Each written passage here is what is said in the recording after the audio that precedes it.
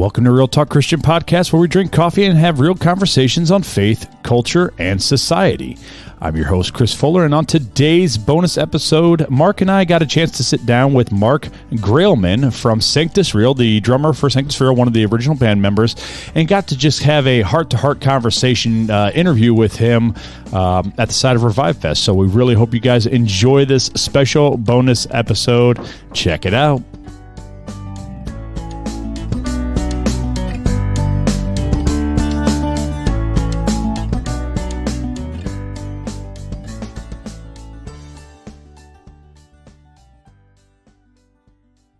So I asked you a question when we were out there chatting, and I never got the answer because Marc started telling the story. But you didn't do the intro yet, bro. Who are we talking to, Fuller? Talking to Marc from Sanctus Real. Marc is talking to Marc. That's all I wanted to say. Marc is talking to, well, that's all I wanted to say.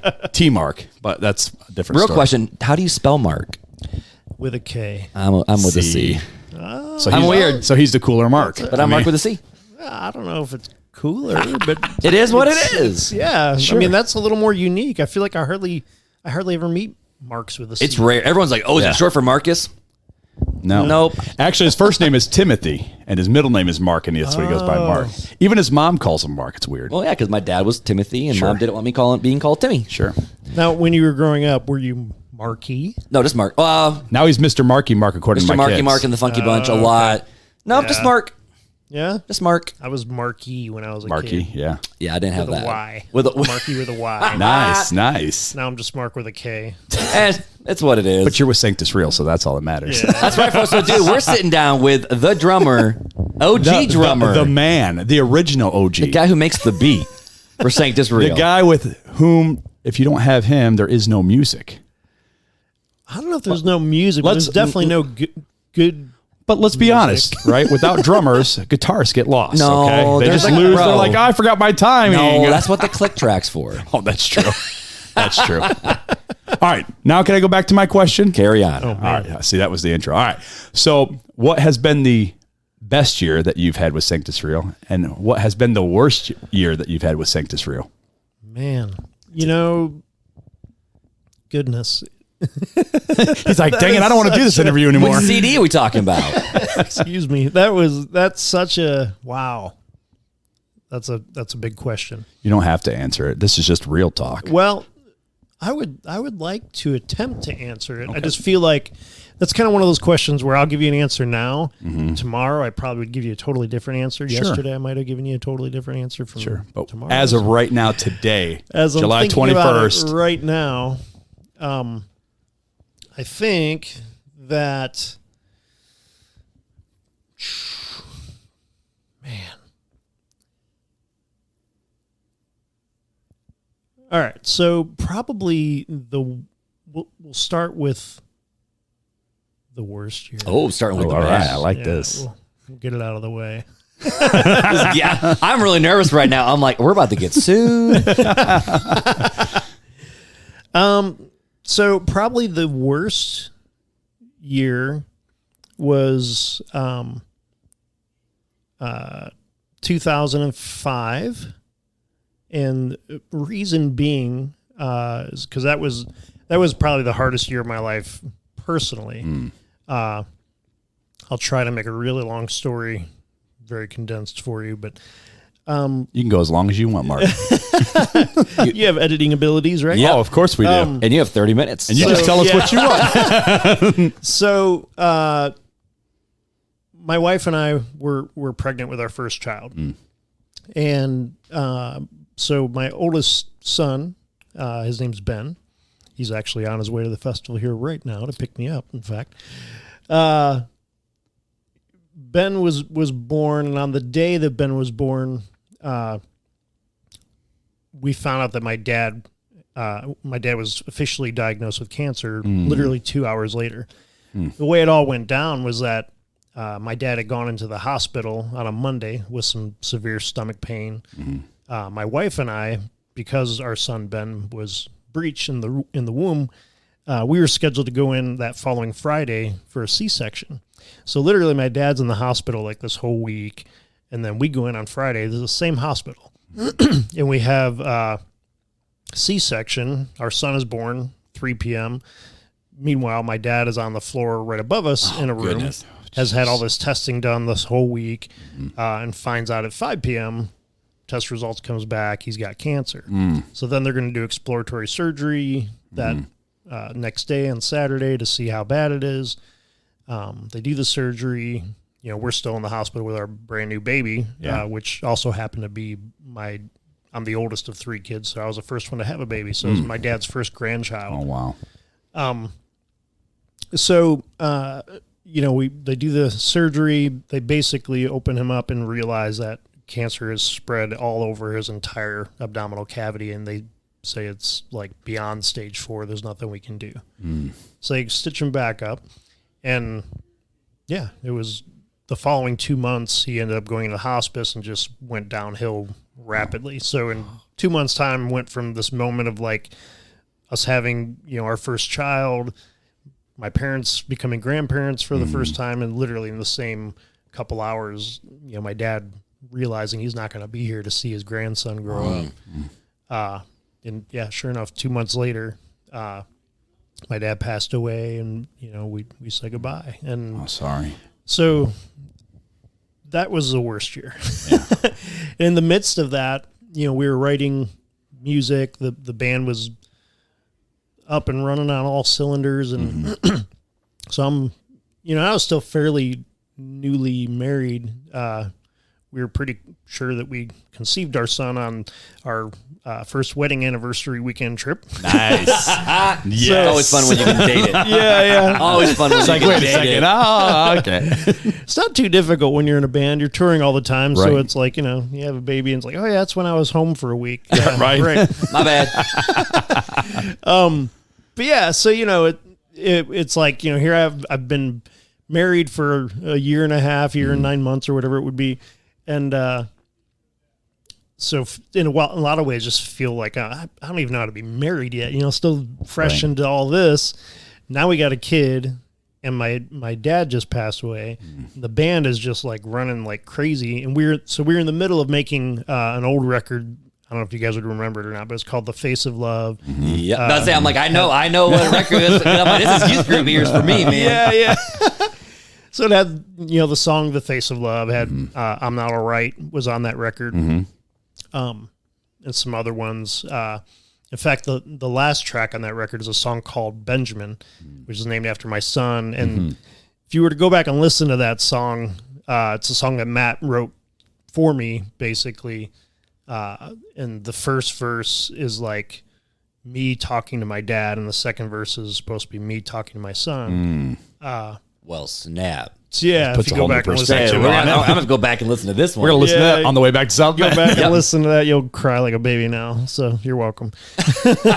Don't worry, Yeah. we'll follow you on social and So- let you know you made us cry. So 2005, you know, your dad just passed away, but the band's still going. How'd you get through that, man? I mean, obviously, you know, Jesus got you through, and your wife got you through, and That's the easy answer, though. right. But you're still Yeah. touring, like you're still doing the thing with the band, so you didn't be like, "Peace, I'm out."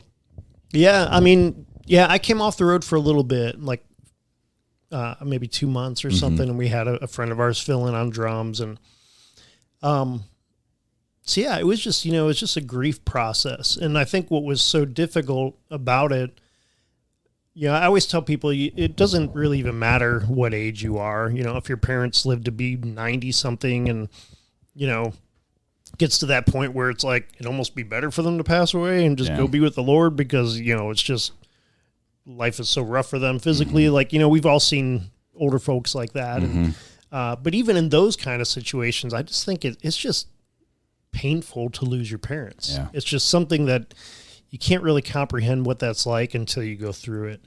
But, you know, for me and my family, how, you know, my dad was 47. Wow. Which, for the record, is only 2 years older than what I am right now. And, you know, this is all, like I said, 2005, 2006, like 18 years ago.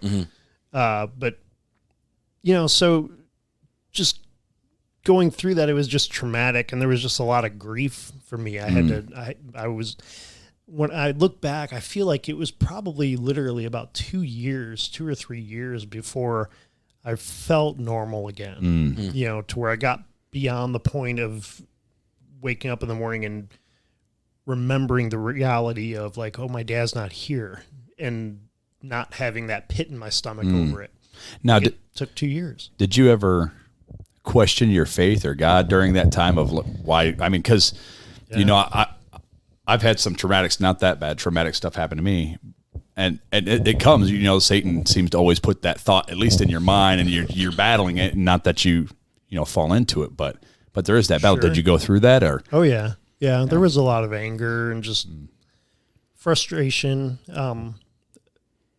over the circumstances of it more than anything. Yeah. Really, just like the timing of it, because my dad was so excited that I was having a boy. Yeah. And you know, I remember calling him on the phone to tell him like, "Oh, we're having a boy," you know, and you know, he was like, "Yes, I'm going to buy him a mini bike and a go-kart." And, Let's go. Typical grandpa. Yeah, exactly. Yeah.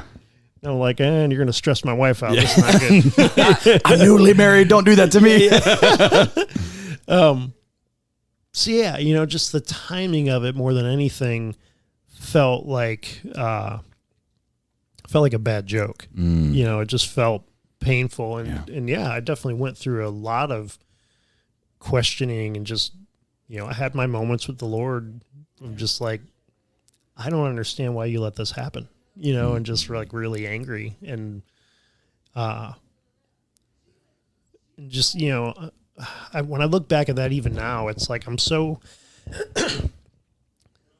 as crazy as it sounds, I'm so thankful for that time, because I think it was really the first time in my relationship with Jesus that I realized that even when I'm screaming in his face, he just looks at me with love and compassion. You know, like he doesn't let go, even in those moments when I'm kicking him in the shins and pushing him away and just angry, you know?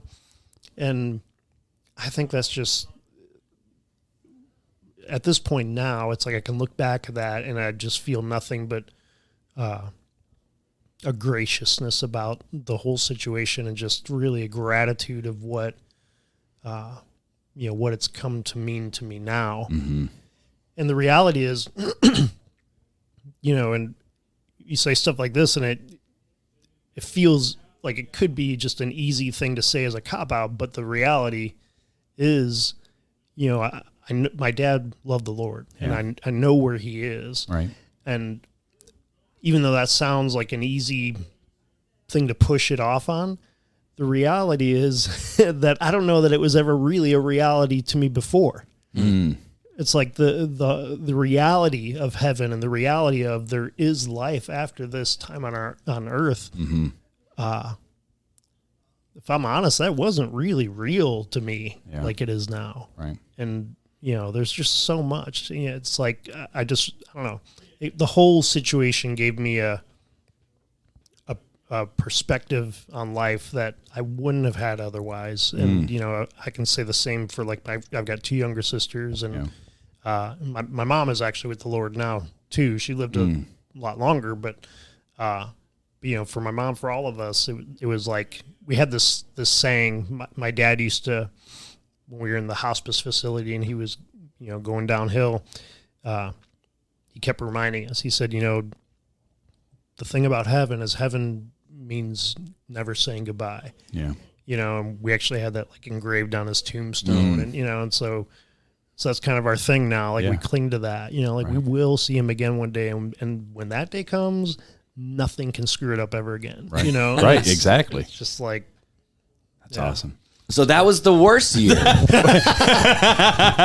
Wow. And we didn't even stage these questions. We're like, all right, let's just go. But, you know, I think that shows, you know, people joke all the time. Like, we've had people come up to us there in the festival like, I can't believe I get to meet you guys. And we're like, we're just two dudes hanging out. Like, we're nobodies. I don't, but I think that makes But we really are nobodies. I mean, at least, you know, you've been touring for a while. Like, you've done things, and people have this high and lofty opinion of your Sanctus real. Oh my goodness. Whereas I'm assuming you're like us. We're just two dudes like hanging out. You guys are just a couple buddies hanging out playing these music that you like, right? Drums. I mean, you just hit drums. Man, yeah.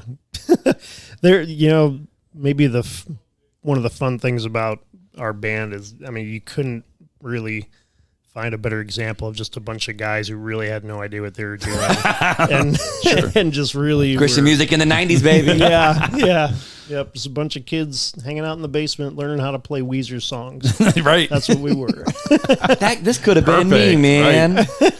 So I was learning music too. Well, actually, it was more of Red Hot Chili Peppers, but never mind. That's neither here than there. Hoobastank, But okay, so worst year. I was playing like Billie Jean bass line, so I mean, that's true. Billie Jean. I will say there was a song that made me stop. I don't remember what song it was, but I turned. I'm like, yeah, that song made me want to play bass. Like that's like one of your guys' songs. I'm like, this is my youth group. Like this is freshman year. Like this is not my story, but anyway, so that was a hard year for you personally. We're going back to this. So that was a hard year for you personally. Now, if you don't mind me asking, like you guys had a couple years, or not a couple years, you had a couple months off with the band as you were just taking care of the family and doing what you need to do. I mean, did the band, was it one of those things where it's like the brotherhood kind of, I would say, grew even more out of that, where the fact of like one of our own is going through this, like was there a lot more of cementing of the band at that point, or you guys were already playing together at that point for a decade, right? Yeah. Yeah, and at that point our original singer was still in the band, so Matt and our old singer, and that's Chris, right, because then he went solo recently. Yep. Damn jerk. Yeah, kind of sort of his solo stuff wasn't really meant to be the focus when he left the band, but it's finally now really becoming more of a focus for him again. But Matt and our guitar player Chris, another original guy who's still in the band now, and our bass player at the time, his name was Steve Goodrum, and actually it was a difficult time for him too, because right after all that I went through with my dad, he ended up going through a divorce. Oh my goodness! And then pretty much right after that left the band, and so then when we were making that record, the Face of Love record, we also brought in a new bass player, a guy named Dan Gartley, who ended up being with us for about 8 years. But yeah, there was definitely a just kind of a brothers in arms gathering together, tightening up the ship, because we were all just kind of going through. I was the first one to have a parent pass away, and so it was like this traumatic thing. It was kind of something we all went through together. Like it was an experience for all of us. Do you feel like the different brotherhoods you've had with different members coming in and out with your band, do you feel like that's helped strengthen your spiritual walk while you guys are on the road? I mean, is that something that you guys really lean on each other? I mean, because being on, we talk about finding your tribe. We're big into finding your tribe when you're in your local body. That's harder to do when you're out on the road. So is that your local tribe? Like these are the guys that you guys lean on each other like the small for? Group, yeah. Right, exactly. Yeah, I think so. Yeah. I've heard it said, I think it's actually a book, and I've not read the book, so it's silly for me to quote this, but it's all right. I will anyway. We can edit it out if it's not right. There's I think it's a book called, or something like, Marriage Isn't Meant to Make You Happy, It's Meant to Make You Holy. Yes. Is that a book? Sacred Marriage. I've read it. Yeah. Well, you quoted it right. We don't have to edit it. We did a small group Bible study on that book. Yep. I kept calling it Circle Marriage because there was a circle on the book. But, yeah. The big thing was Sacred Marriage. The big thing was the booger inside the guy's nose. If you remember, if you watch the videos, there's a big old boogie. Every video, it's like, who is your film guy? Because they screwed up. That guy should be fired. Yeah. Just kidding. So see, it's not so bad. You can quote it all day long. So that line, right? Marriage isn't designed to make you happy; it's to make you holy. Right. Yeah, and I heard that line from the book, I guess, and it's always stuck with me. I think it's on the title too. Is it? Okay, yeah. Like that's true. That's really a profound thought. Mm-hmm. I almost view a band that way. People have said like, "Oh, being in a band is like being married to a bunch of people all at once," kind of thing. And bunch of dudes, sweaty dudes in a tour bus. That's a bro marriage, bromances, gross altogether. But obviously, it's not literally the same thing in many ways. But in terms of the iron sharpening iron kind of aspect of it, it is like that. And I feel like, especially because we have been together so long, we just know each other too well. Yeah, for Chris and I, we started, I was 18, he was 16. I'm 45 now. You spent your whole life with them. That's legit youth group kids playing in the basement. Yeah. I mean, for real. And, but that Chris knows me better than anyone except my wife. And, so it's like, I don't know, just at this point, the fact that we still genuinely love each other deeply and are like brothers and, support each other and encourage each other. I feel like, because, this is real talk. It hasn't always been that way. Right. Like we've had our times where there's been tremendous tension between us. Mm-hmm. It has to be. Yeah. You guys are basically living together. I mean, it's just like a marriage. There's strife in a marriage. Yeah. Absolutely.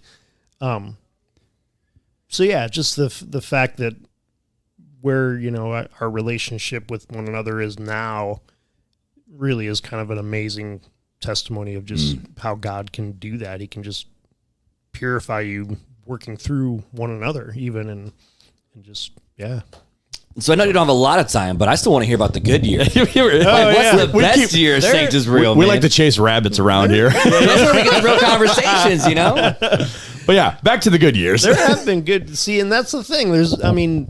Every year really has been a good year. The thing that's been enjoyable about being in this band, and I think part of why we've done it for so long is just simply that from the very beginning, it's always felt as if God just opens that next door. Mm-hmm. Like there's always another path to walk down, another door to walk through, and that's just never stopped. And which is, I guess, why we still kept with it, because it just feels like I think we're not done yet. Yeah, it's like God's just making it obvious that we're supposed to continue. And but I'll say, I feel like this might sound silly, but I feel like this year might be our best year. And I know that might sound crazy because it. I'm like, do we have a Dove Award lined up? Like, Grammy? Like, wait a minute. See, that's the thing. We've had the Dove Awards. We've been nominated for 2 Grammys. We just got a gold record a couple of years ago, and we're by October we'll probably have another song go gold, and the one that already went gold is going to be going platinum at some point. Dang. And just it's like things are continuing to grow, but I just feel like each year. The way God has redeemed this whole thing and bringing Dustin into the picture, I mean, this is his 8th year with us now. So he's, I think we officially have decided he's not the new guy anymore. Yeah, you're not the new guy, all right, I guess we'll take you in. But, just what God did and all that. Because when Matt felt like the Lord was pulling him out of the band and how he just needed to get off the road and be home was really his biggest thing. I thought for sure it's done. Because he's the voice of Sanctus Real. Oh yeah, and he was our main songwriter, and he's a great speaker and just everything. I just thought, well, how do you replace that guy? With Marc. I mean,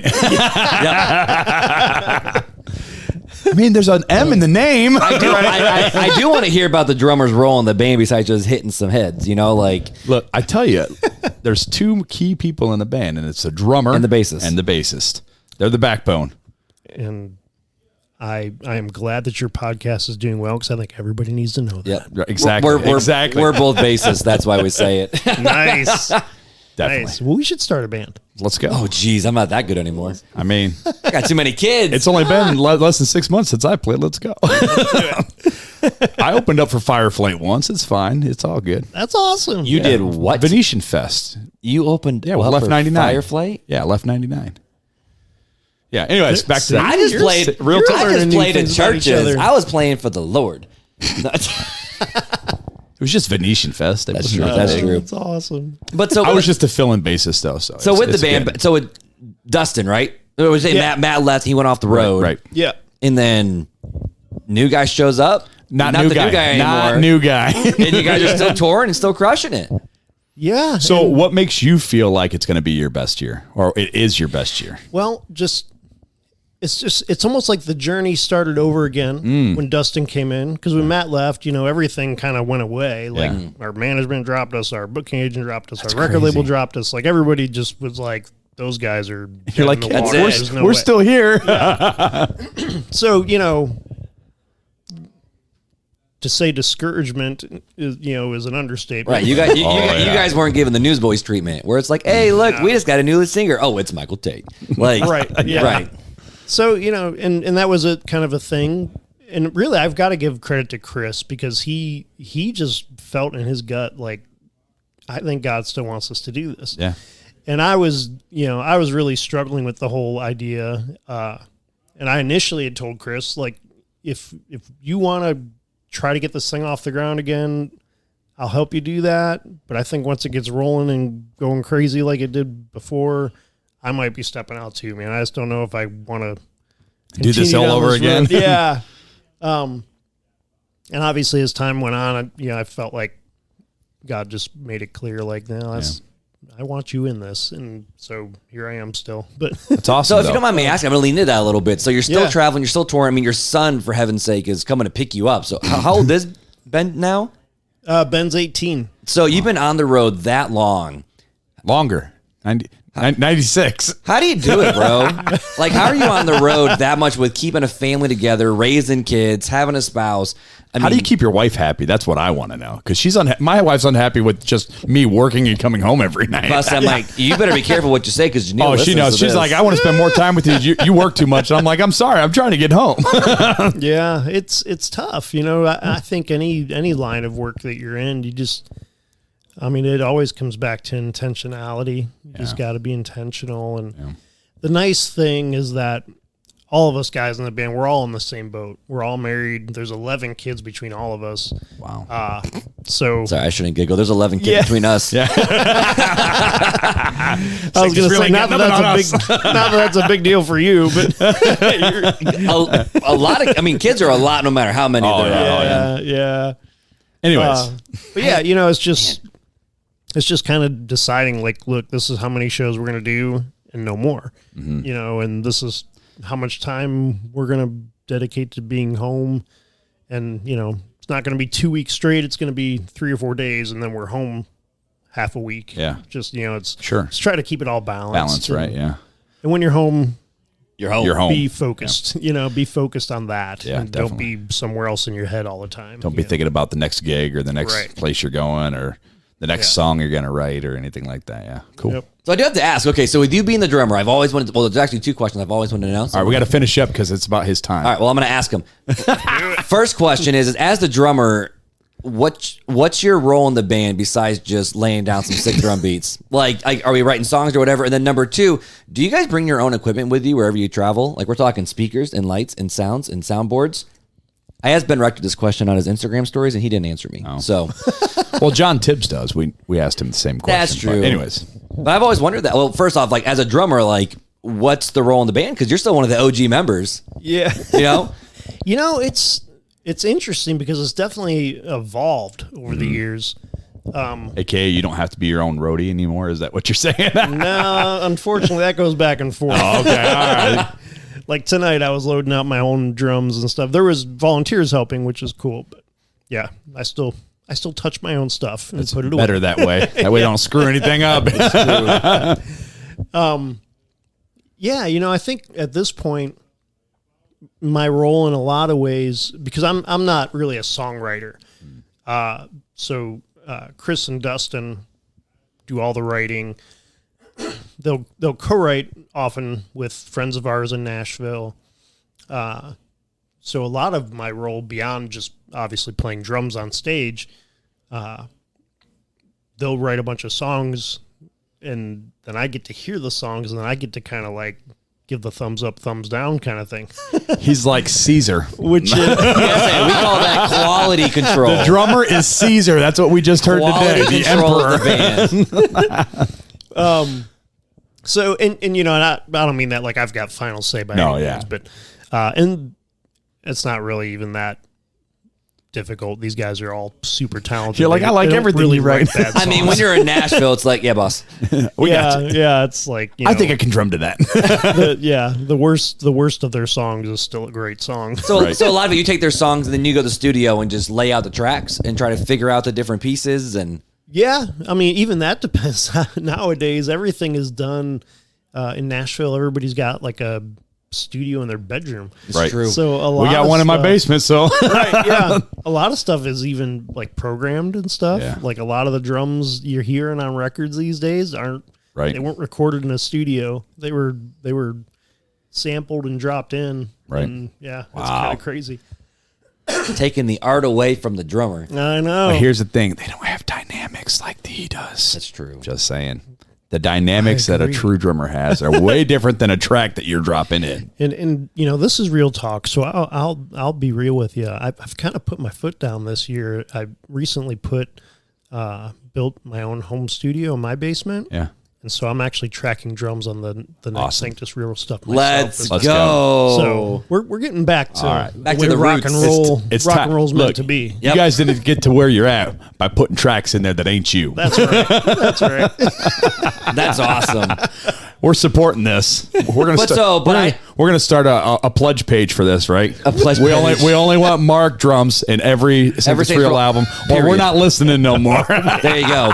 But don't get Your me in band's like, trouble now, wait, guys. you're not allowed to do interviews anymore. But okay, but serious question though. But like when you guys do travel, like do you guys? I mean, obviously you bring your own like musical equipment, but like everything else that we see at these, you know, whether it's a venue like here at Revive Fest, do you guys haul all that stuff, or you guys just kind of show up, plug in, and let's go? Not usually, more of that. Okay. Yeah. It does kind of depend. If we're out doing like a full blown tour, a lot of times we'll Like hire, you guys are like the headline tour. You're right. right? Yeah. We'll hire a production company. Mm-hmm. Because it's different for every artist, but most artists don't own their own production stuff. We have a little bit, but as far as like the full PA system and all the lighting Right, and right. all that, like we own our own video wall. So we'll take a That's video dope. wall out. Okay, Birthday Yeah, parties a lot are of the legit. get out the Big LED movie wall. nights. Yeah, big movie nights and Yep, parking yep. lots. Watching Frozen 2 on that, bro. These kids are a little older than that. That's true. Watching Die Hard on that, you bro. It's a Christmas The movie. Matrix.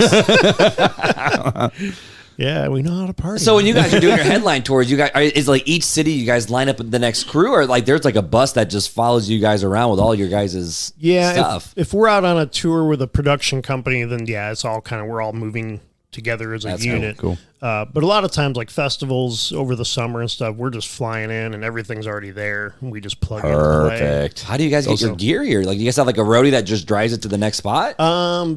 This is Mark geeking out a little bit. I apologize. No, Real you're talk, good. people. A lot of times headlining artists will do that. They'll have like a semi truck that'll bring all their gear.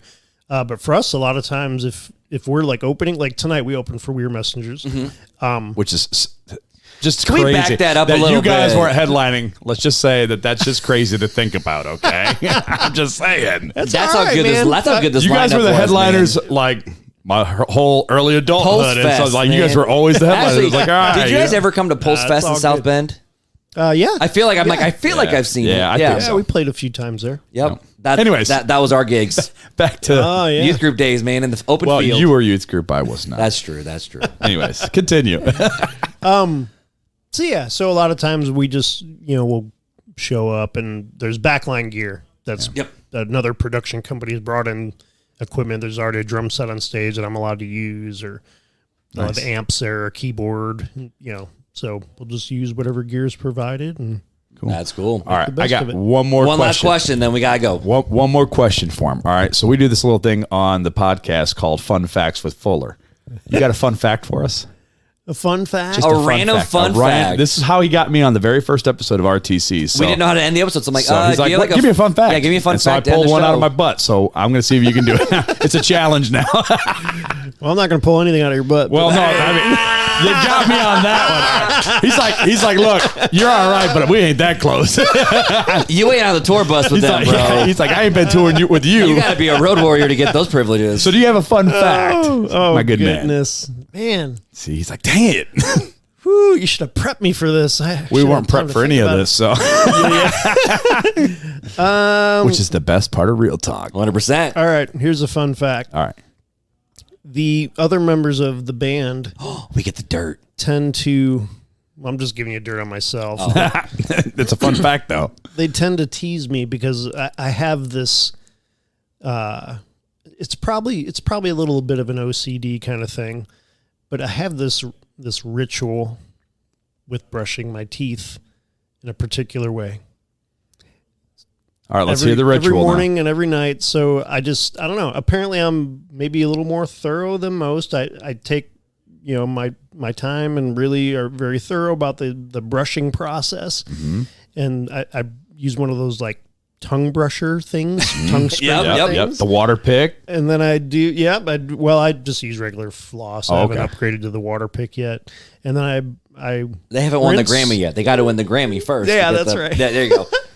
Then I rinse with some mouthwash, and then I am done. But the whole process takes me a solid 15 minutes. I will say, my wife is that way. I'm not that long. I bought the Oral-B that it's like the auto one. This is the weirdest And conversation then ever. after every 45 seconds, it gives like a buzz, which means, so you start in the lower right of your jaw, and buzz, then you go to the upper, buzz, then you come across, buzz. How old are we right now? That is exactly, I understand, old are Mark. we? I'm with you on the ritual, bro. I love it. I just brush and go. No, but Beth, like when we first got married, it drove her nuts because I'm brushing my teeth. I'm I'm trying to lean past her, spit in, and she's like, back up, because she was single, single as an adult, whatever. And all of a sudden, there's this dude living in her house, and married, but dude living in her house, and so I had to learn when she's brushing her teeth.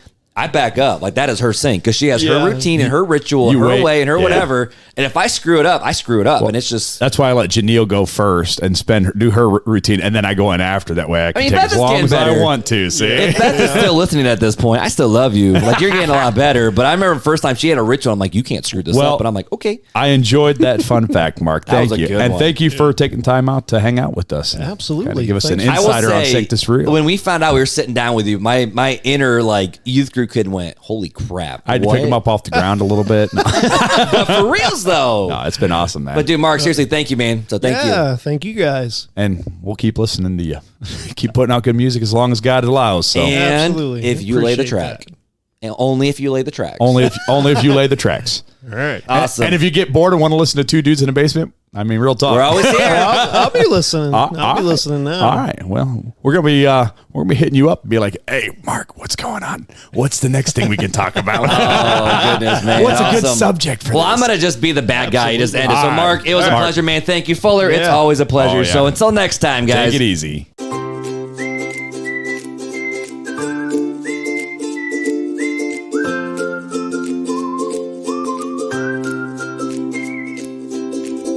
Well, thank you guys for hanging out with us as we enjoyed our time with Mark. It was a great conversation. Hope you guys enjoyed it. If you guys have not checked us out on the socials, check us out, Real Talk Christian Podcast. Go to our website, realtalkchristianpodcast.com, to find all the places that you can follow us or join us. Don't forget to continue to listen to Sanctus Real and especially Marc Graalman, and continue to give them your support at any chance you can. Hope you guys enjoyed this episode. Until next time, take it easy.